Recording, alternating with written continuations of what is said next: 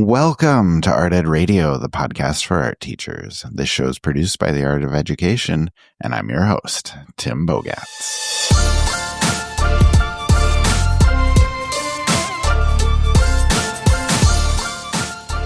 Welcome to the April Mailbag. Thank you for your patience as we are a week late because I was so very sick. Is it a terrible April Fool's joke that we're just, delaying the mailbag by a week? I don't know. But anyway, Amanda, hello. How are you? I am pretty good. How are you? I'm doing much better than I was last week at this time. You were like dead. Yes. You're like, maybe I'll record tomorrow. And I was like, I don't think that's going to happen. No, it definitely did not happen. But thank you to the 3 or 4 people who heard my message that I was sick and sent me messages saying that I hope you feel better. I hope the mailbag is back soon. That was very sweet. So that is very nice. Thank you. So I guess, Amanda, we should probably talk about NAEA because, well, I think that's where my sickness came from. Right. But more importantly, before I got sick, that was a great time. We had a wonderful, wonderful time in Louisville, Kentucky, talking to art teachers from all over the country. Can you share some highlights from, what you really enjoyed from there? Yeah. I mean, I really liked meeting everyone at the booth. We played some games, and I like to pride myself on my online shopping abilities, and I found the absolute best thing I've ever found on the internet, which was it was a fully sequined jacket that flashed the entire spectrum of the rainbow. It was beautiful. Sequin was the full rainbow spectrum, and I believe I did have magical powers when I wore it. I was like, I can do something for sure that I can't do when I'm not wearing this jacket. In fact, the first morning I was wearing it over to the convention center, and somebody stopped their car, just a citizen of Louisville, and was like, "Hi, who are you? Where are you from? And why are you here?" And I was like yelling back to her. I was like, "Oh, I'm just here for the art teacher convention." And she was like, "Welcome to our city."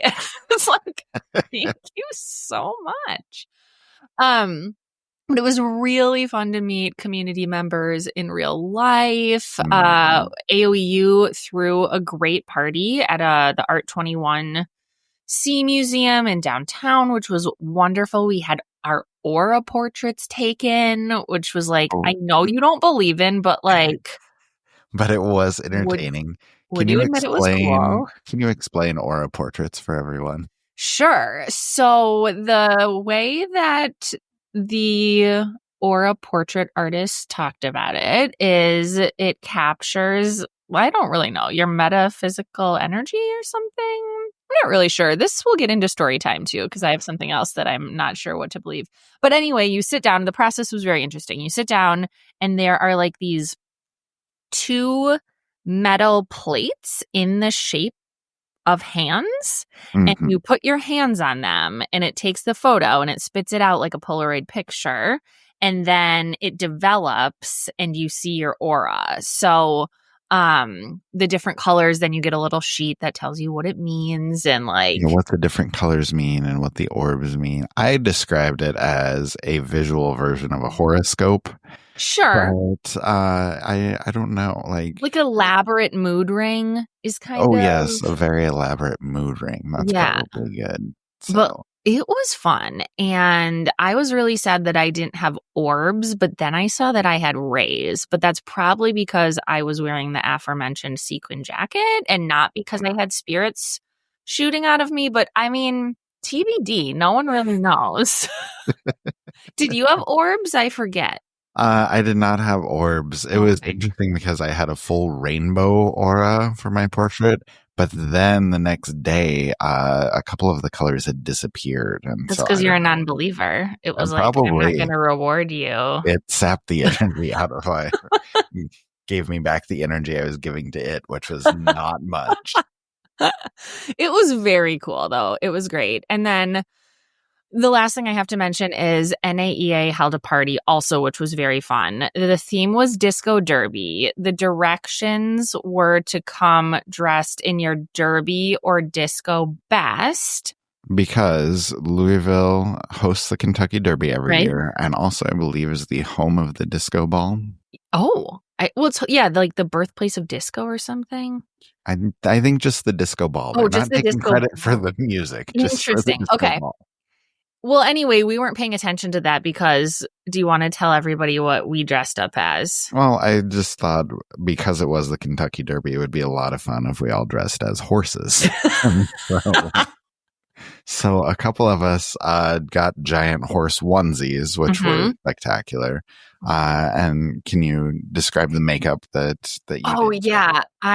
Yes. So I didn't want a horse onesie because I like to dance. And I knew that if I danced in a horse onesie, I would very quickly get overheated. And so I I made horse ears for 4 people. So it was the community engagement team and then Amber Kane, our director of product management. I think that's her title.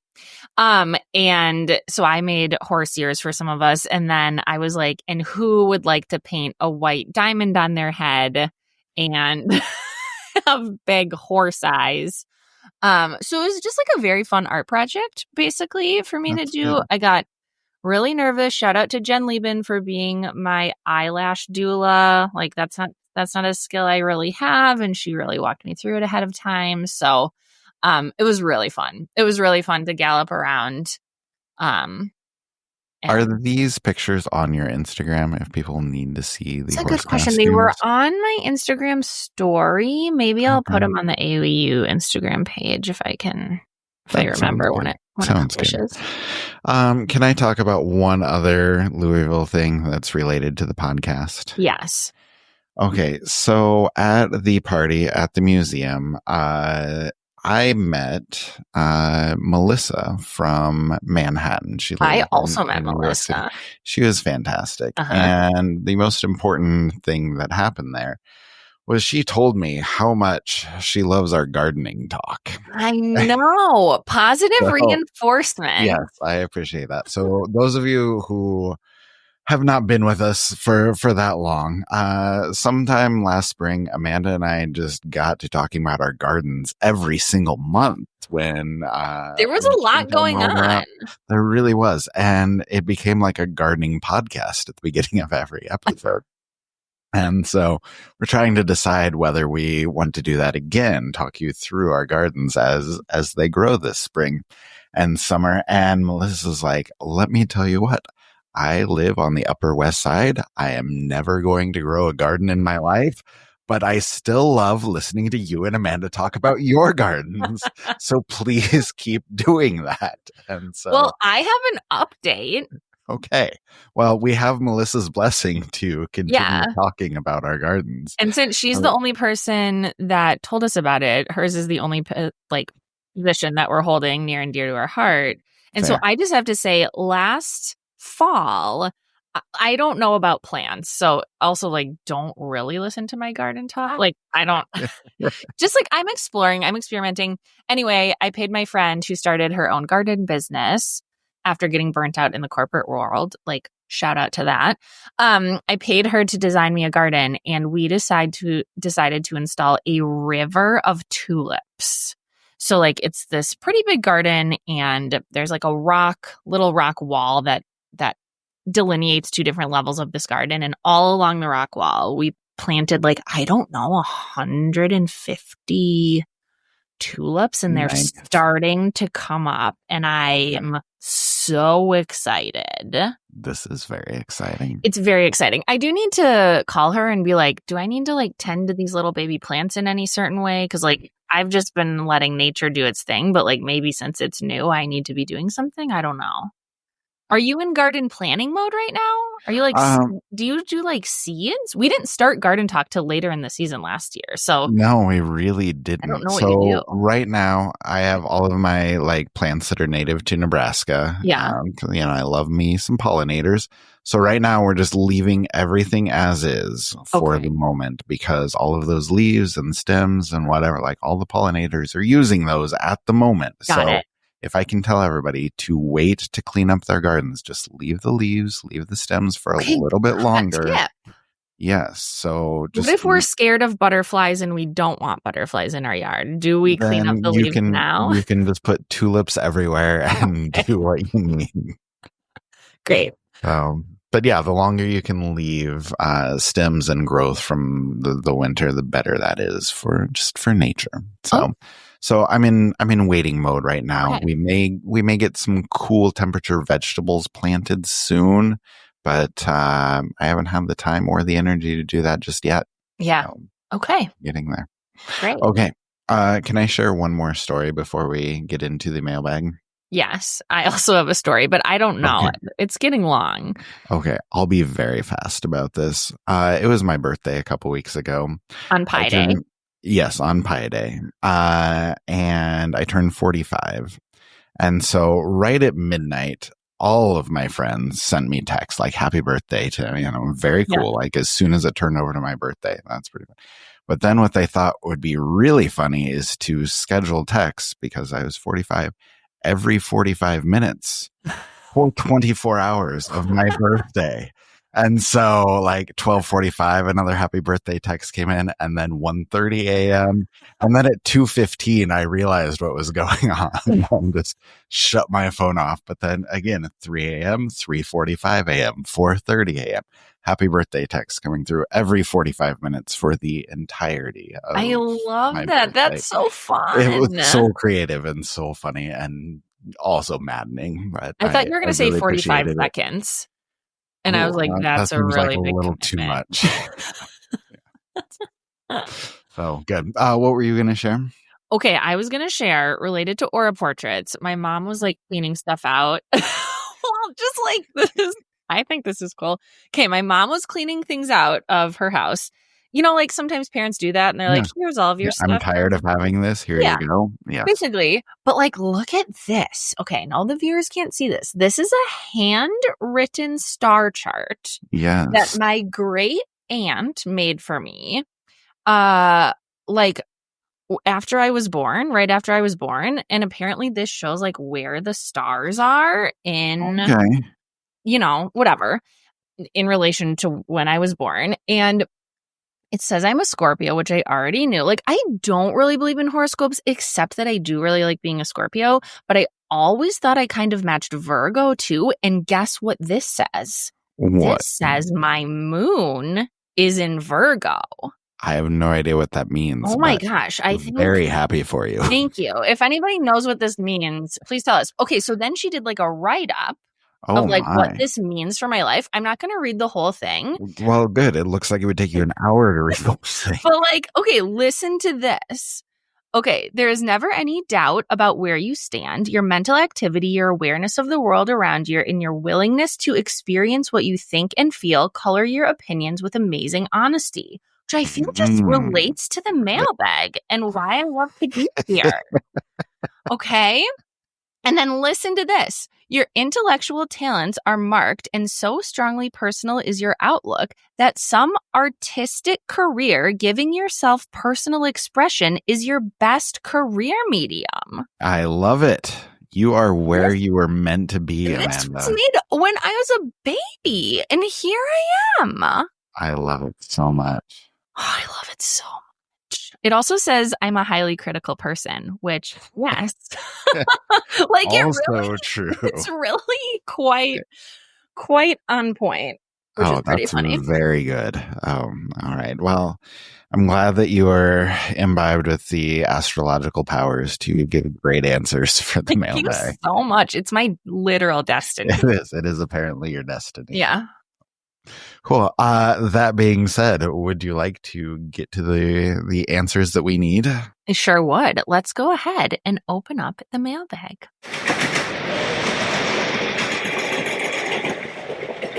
All right. Our first question comes from the Art of Ed community from Todd Lieben, and the topic is can't handle the answer no. Todd says, I just want to throw this out there for discussion because it has been a big factor in classroom management the last few years. I have a constant occurrence, mainly with 7th grade, where they have a difficult time being told no. Not referring to project feedback. I'm talking about everything else. For example, can I go to my locker to get my Chromebook? You should already have it. Can I go see this teacher to ask a question? It's their plan time. Can I borrow a pencil? You should have a pencil. Can I go get my Croc back from my friend? What? So Todd says, I'm looking to see if this is a shared experience and if you've come up with any counteracting ninja skills to lessen the annoyance and teach coping skills. Part of me has the feeling they're being told yes to these requests in other spaces, but I'm trying to maintain order in mine. Thanks.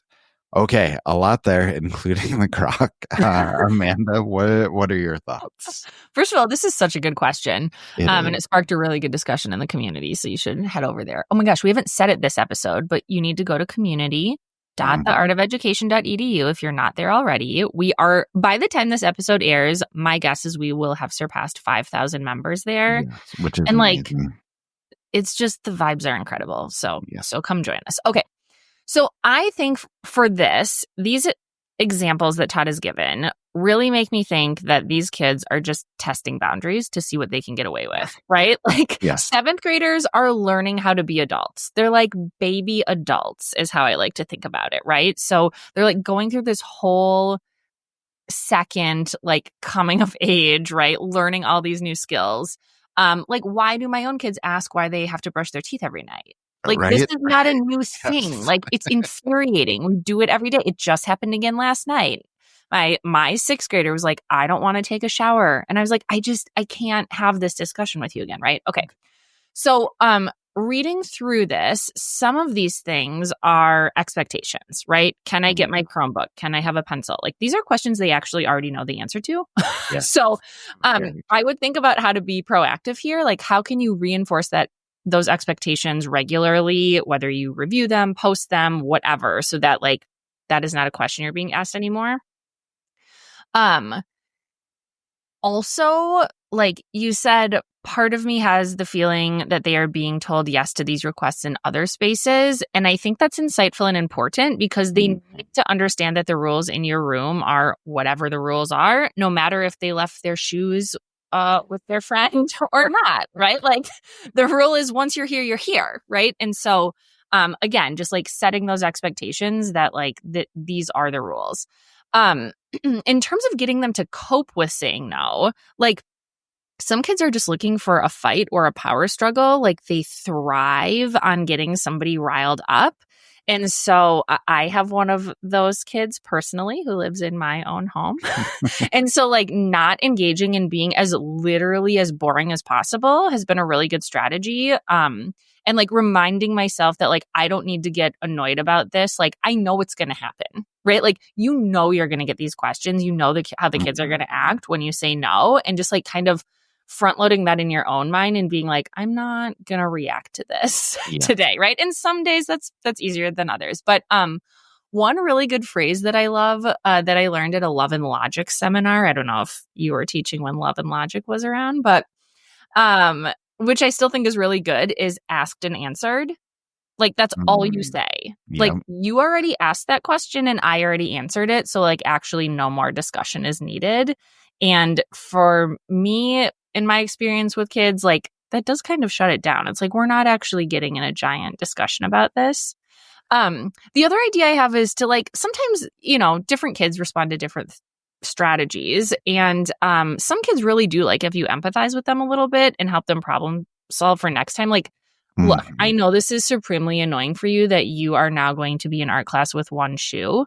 But like, you know, you can't go get that. So like, or I mean, more realistically, maybe that's not happening all the time, but like you forgot your Chromebook, right? You don't have your Chromebook, you need it. That's going to be annoying for class today. Like, what can you do to remember it next time? Right. I'm also constantly reminding my own kids that frustration tolerance makes their brain stronger. And like, I usually get a huge eye roll and like sometimes some light stomping up the stairs, but I'm hopeful it is sinking in, right? Because now they'll be like, I know, right? And it's like, we all have to build frustration tolerance around things. And actually, seventh grade art is a really low stakes place to be building frustration tolerance. Like, it's not life or death if you forget your pencil. And so maybe kind of helping them see, again, depending on the kids, maybe that's helpful, maybe that's not for you. But helping them see that actually taking a deep breath and figuring out a solution is a better way forward. Yeah, for sure. Long term. Circling back to that asked and answered thing, I like that as just like a more succinct version of what I like to do, where kids keep asking over and over, which, like you said, very insightful by Todd, because I think a lot of places, if they keep asking and keep being annoying, they will get the answer they want. So that's the skill they learn. Yes. Yes. It probably is being reinforced other places. And so anyway, when kids, ask me again, I will say, are you asking again because you don't understand the answer or because you don't like the answer? Yes.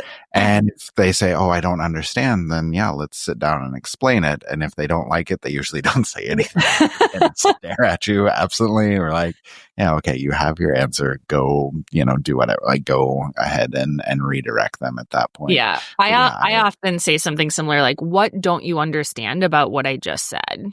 Yes. And then it's usually like, well, nothing. I just wish you'd said something different. And it's like, well, I'm not going to. So yeah. And, sometimes I will take the time to justify that answer. Sometimes I will not. Like, it depends on the kid. Yeah. It depends on my mood, to be honest. Mm-hmm. And so, sometimes we will talk them through it. Sometimes like, no, the answer is no, that. Let's move on. So right. I think that's good. I also had an answer that was very similar to something that Shelley Gilmore said, in the community. She put it way better than I can. You can read it, but just talking about how you say no in ways that don't necessarily sound like no. Yeah, like, don't can I go talk to this teacher? Like, oh, it's actually her plan time right now, so you can't do that. Or like, I don't have my Chromebook. Oh, I can't let you go to your locker during this time.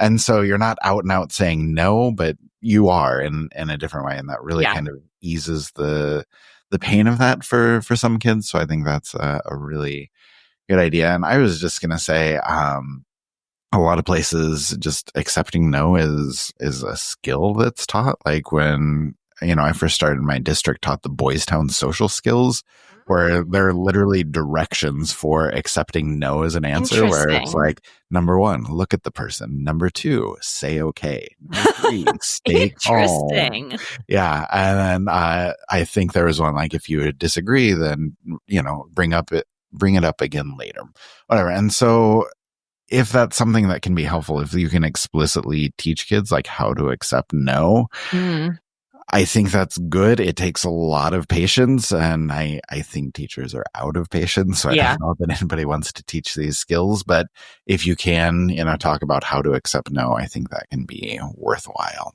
Mm-hmm. So, okay, our next question is actually, I don't know, 1,000 questions that we've gotten, because it is time for people to look for new jobs. And so we've gotten so many messages, so many emails about switching jobs. Like, I want to go elementary to middle school. I'm wanting to leave high school. I'm tired of the apathy. What's it like in elementary school? Or I'm in elementary and I'm thinking about taking the high school job in my district that's open. Like, all of these things that people are asking. And I don't necessarily want to talk about the difference between elementary and secondary. I feel like those conversations are taking place everywhere on, in the community, on Facebook, on wherever. There are a lot of places to find that. So I guess, Amanda, I would like to phrase it for you, as far as, when it comes to taking a new job or deciding to move positions, what are the types of things people should be thinking about, and what kinds of things go into that decision from your perspective? Yeah. Well, I will say, I think first we should acknowledge that deciding whether or not you want to move positions is often a privilege, right? Like, sometimes very true. You just have to take a job to take a job. You need an income. It's not ideal, and or sometimes you are forced out due to unforeseen forces. Sometimes the other job goes to an inside hire that you have no control over, right? So there are things that you cannot control. And also, no job is worth your declining mental health.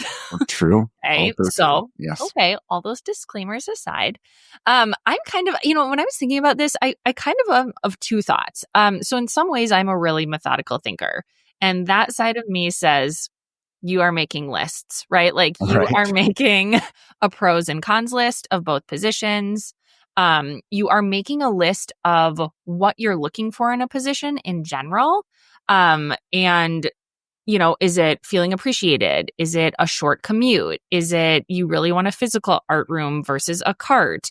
Are you really looking to stay at a specific grade level? Are you looking to, whatever it is, what are your priorities? What are important to you? And then figuring out which of those are non-negotiables and which ones of those are nice to haves, right? And thinking about, what is it that I really want out of a workplace? And then I'm a big fan of research. So you're asking people at the grade level you want to teach at, what are the positives and negatives of that? You are reading articles. You are posting in the Art of Ed community to ask for advice about your specific situations, right? I'm also a big fan of scoping out the school district. And a really good tip I heard when I was interviewing was like, scope out the school, drive around, talk to any parents you can, if you can, right? Like get in, like, yes, talk to people at the school if you can. Obviously, you're asking questions at the interview. But if you have an inside track to any families who attend that school, that can be really insightful and a different perspective that you might not otherwise get. Yeah. That a lot. The other side of me says just like listen to your heart. Like there have definitely been times that I've been methodical. Choosing to leave the classroom was one of those. Like that was a lot of thinking for me. What about my retirement benefits? What about my salary? What about my love of teaching? Like, am I going to miss this? Right. But then I was reflecting and like, there's other times like I've just taken a leap. Like, for example, the person who was leading pro learning before I did for a couple of years had left and we were trying to think about who could fill that role. And one of the AOE founders literally drew a box on the board and he was like, we'll come back to this and figure out who fits here. And like, I swear my hand just raised itself. Oh, I was in that meeting. I remember just seeing the look on your face and you just looked at me and you're like, that's me. Yeah. Like, I think I'm going to do that. Like, had I ever led a professional development platform before? Like, no. And like, had I ever thought about doing that job? Like, absolutely not. But I just like knew in that moment that was the right next thing for me. And that led to overseeing pro and then the conference and then back to the magazine. And then I dropped pro and, moved to the community. So you never know. But long story short, like, do not count out your gut feeling, whatever you choose to do, even if you're thinking more methodically, like pay attention to what your body is telling you. Yeah, I think that's really fair. And I don't know, I don't have a ton to add to that. I would just say, think deeply about it. Like, why are you wanting to leave? Is it because you're unhappy where you are? Is it because you think something better is out there? And just kind of think through that. If I change positions, like what other changes are going to come? And, there's a lot that goes into that. There's one really good article that we have on the Art of Ed website, and I will link to it. And it's called 3 Big Considerations for Taking on a New Job. And it tells you to ask yourself about, your relationship with colleagues and admins and students and parents. Like, where are you right now with that? Asks you to think about whether you're experiencing joy at your current school. Like, do you like your job? Do you like where you are right now? And also, like, are you appreciated? Do you think you're valued? And I think if you can answer those big questions, then that can go a long way to kind of making that decision for you. And then, like you said, even if you decide, hey, I want to leave, maybe what's out there is not the right fit for you. Maybe it's not a time to leave right now. And so I would just, encourage people to think through it thoroughly. Don't just jump at the first chance. Yeah. And make sure that you're going somewhere where you're going to be appreciated, where you're getting what you want out of the job, and, that you're someplace that makes you happy. So. But yeah, like you can fully explore all of those things before you make those decisions. Just talk to as many people as possible, get as much information as possible. So, all right, Amanda, would you like to read the next question? Yes, sure. This comes from Rachel via email. And Rachel said, how far out do you plan units? I'm new, so I'm working from scratch on everything and trying to pull from different resources to create some decent curriculum for each of my classes. We have all been here. Yes. She says, how and where do you all get your ideas? Okay, so that is a big one. Because there are so many places to get ideas. Before we get into that, I want to reiterate a message. So Janet Taylor and I have the What Do New Teachers Need to Know podcast. We did an entire hour and 15 minutes, I think, just talking about curriculum. And if we were to boil that down to one statement, is to realize you don't need an entire curriculum your first year. Like curriculum is something that you build over time. And if you are new and just feel like you're flying by the seat of your pants, that's okay. That's normal. Like it takes a while to build that up, and it takes time to know what works for you and what doesn't. So that being said, there's a lot out there. Obviously, I need to put a plug in for Flex Curriculum from the Art of Ed. There's so much there, so many resources that can get you through whatever. Well, and if you're, sorry, I have to tell you, if you're a district member, we just released curricula, which means that there are year-long plans for you in there. It's great. Right. You have a drawing class? Done. Here is a drawing class curriculum. It's fantastic. So that's good. If you are not a Flex member, there's still a ton of great resources on the Art of Ed on the website. There are podcasts with me talking about my favorite lessons and bringing on other teachers to talk about their best lessons. So many things out there. And honestly, it's just a matter of looking, and whether you're looking at the Art of Ed or somewhere else, just look online and see who's doing cool things. And don't be afraid to ask.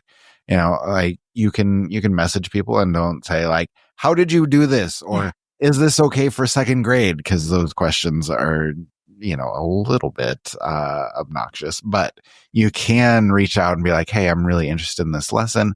I had these specific questions. People will be willing to help you and kind of guide you through those things and help you get started on that. And I would say, you know, just be creative. Like what lessons have you seen in the past? What lessons have you taught in the past? Whether that's during student teaching or just random stuff that you've put together in like your methods courses. Can those be adapted to your classroom? Are there things you've done in your own personal artwork that you think your kids could learn from? You know, do something like that. And there's so many different ideas. And if all else fails, like you can ask the kids what they're interested in too, and just see what they want to do.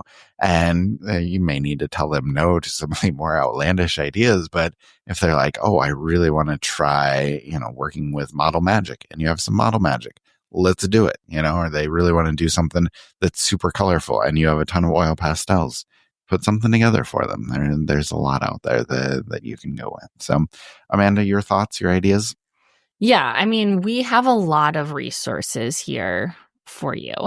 But part of your question also was, how far do you plan out? And Tim mentioned, like, you don't have to. And in fact, I would argue you should not try to plan a full year of curriculum before you have taught a full year of school.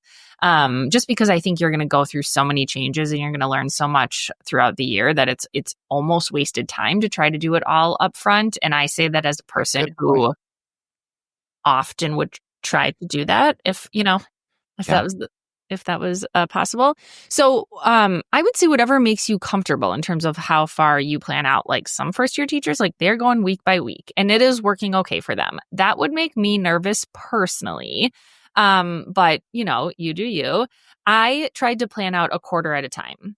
So that seemed like 4 times a year I would sit down for a couple hours and like try to map things out. And that allowed me to kind of like get ahead, plan a little bit big picture, you know, try to incorporate what I had learned from the quarter before and apply it. And that was a pretty good system for me.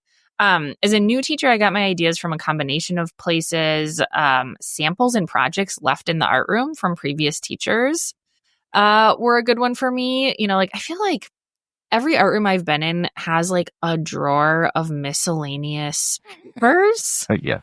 And like it seems counterintuitive to go through there, but there are some really interesting gems you can find. Like often there's photocopies of like really cool old textbooks or lessons or worksheets that might spark ideas for you. So I would encourage a dumpster dive, so to speak, in the file cabinet to see what you can uncover. Also, my district colleagues were really great. You know, I would learn from them during our PD days. And from art teachers online, but I have to say this was before the Art of Ed existed, so it's so much easier now. And the Art of Ed community, again, is a great place to ask for advice. I will say we also did a big deep dive into curriculum planning in the last Mailbag episode. I was just going to bring that up, yes. Yeah, so I would encourage you to check that out too. Yeah, extensive answer. So if you want to do more listening, we'll link to last month's episode and also to Janet and I's curriculum episode. A lot of, I hope, good advice inside of there. So, all right. Now, one last question. Amanda, can you read this one as well? Yes. I have a question about my senior's portfolio and some of the work she is creating. She has some works with nudity from a few life drawing classes she has taken independently, and she also has some works that depict drug use. My assistant principal came to me with concerns. He really didn't know what kinds of things my students are doing, so I talked him through it, and we also talked about how the College Board doesn't have any restrictions on content. I showed him a few examples that were online, and it was pretty eye-opening for him. We came to a compromise about not putting restrictions on my students, but also not showing that work in the halls or really even having it out in the art room. My question is, what do other teachers do with this? How do you deal with restrictions put on you by your school, but also know that the AP student shouldn't have any restrictions on them at all? And this is from Trinity via email. Another great Mailbag question. Yes, I appreciate this question a lot because it's something I dealt with quite often when teaching AP. And my first sort of knee-jerk response to this was like, if the school doesn't like it, they probably shouldn't be offering this AP Studio Art course. Mm-hmm. But there's a lot more nuance to it than that, the more I think about it. And I think, honestly, in the interest of being professional, I think a compromise here is going to be your friend. Ideally, your assistant principal would have a little bit more of an idea of what's going on in the art room, so they're not, shocked to see these things.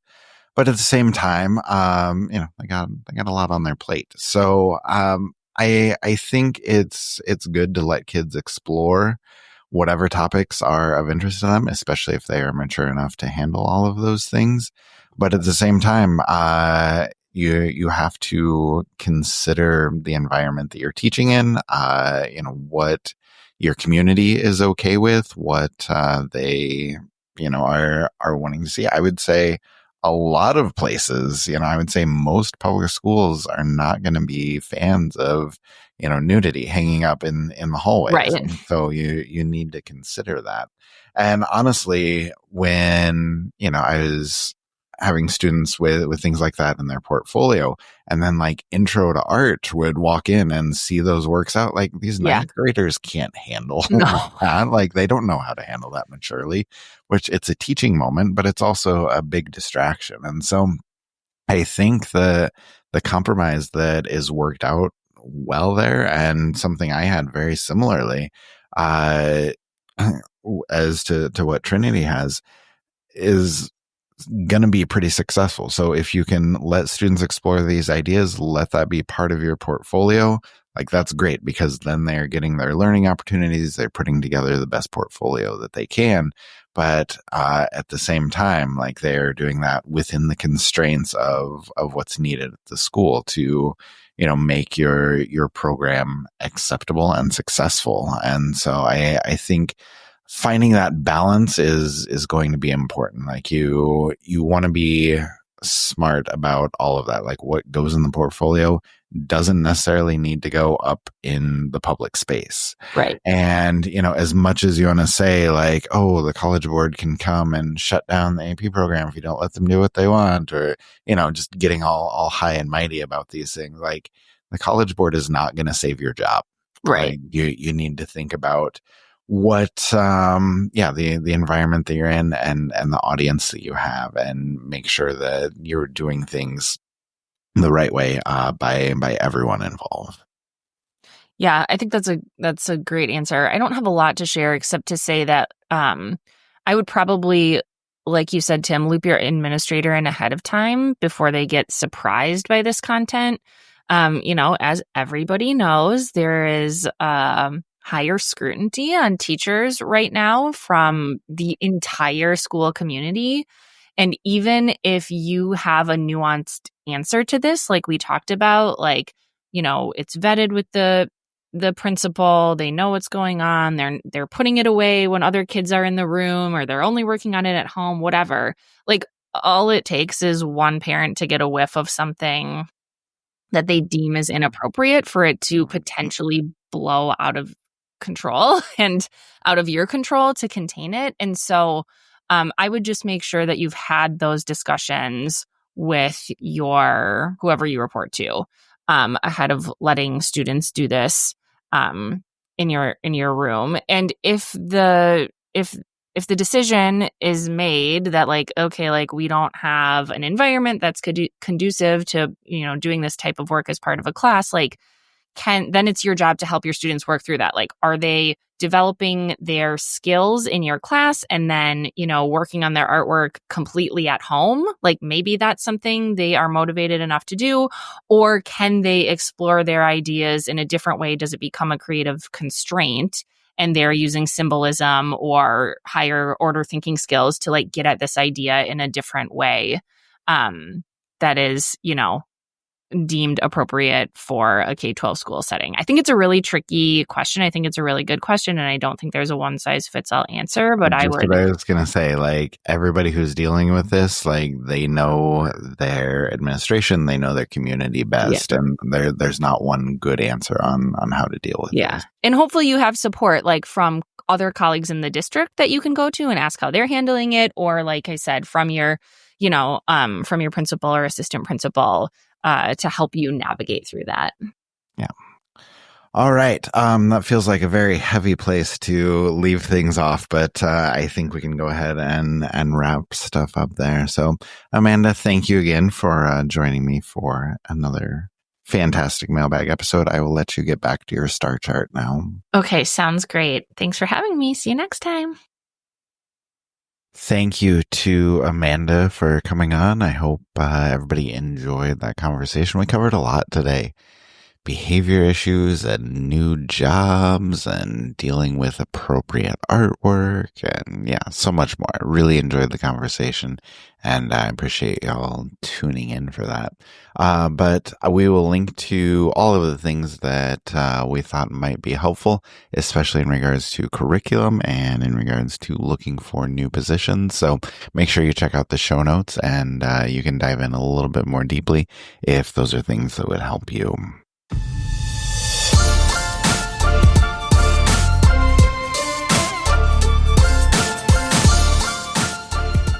Art Ed Radio is produced by The Art of Education with audio engineering from Michael Crocker. Please be sure to subscribe so we can join you again. And if you love the show, please jump over to Spotify or Apple Podcasts or wherever you listen. Give us a 5-star rating, maybe even leave us a review. And if you would like to have a question in a future mailbag, whether that be anything dealing with your teaching or anything dealing with the last couple months of the school year, we would love to hear from you. You can email me, Timothy Bogatz, at theartofeducation.edu, or email podcasts at theartofeducation.edu with any questions that you might have. We are looking forward to reading them.